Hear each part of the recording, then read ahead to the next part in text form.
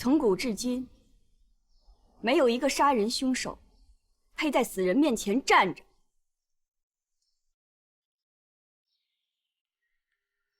什么？凶手？你还不知道吗？林晴霜是害死我小娘的凶手啊！你胡说什么呢你？你胡说！我没胡说。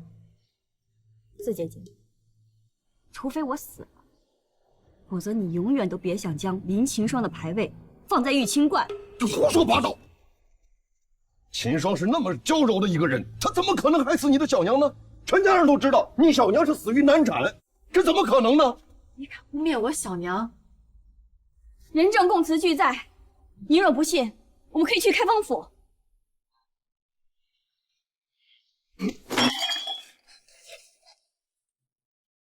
你是想毁了全家的名声？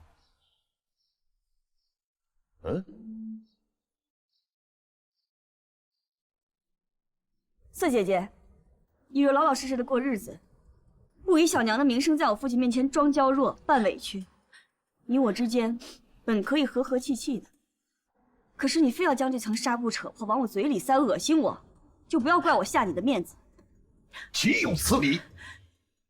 不要以为你攀个朝廷新贵做夫婿，你就可以任意撒泼了。爹，当日我给我小娘做法事，只求您去法事场看一看，您嫌繁琐不肯去看。我小娘为什么会因为子大难产而死？为什么去看她的郎中去了一次就再也没回来？林晴霜流水一样的补品送到他那里，到底是安的什么心？这些你有想过吗？你住口！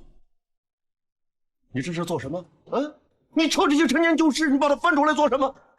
你这是在逼问你的父亲呢？啊！是您逼我的。林晴霜纵女偷情，这才成了这门亲事。您当日恨得咬牙切齿，可如今这才过了多久，全忘了吗？胡说些什么？这都没有的事。怎么没？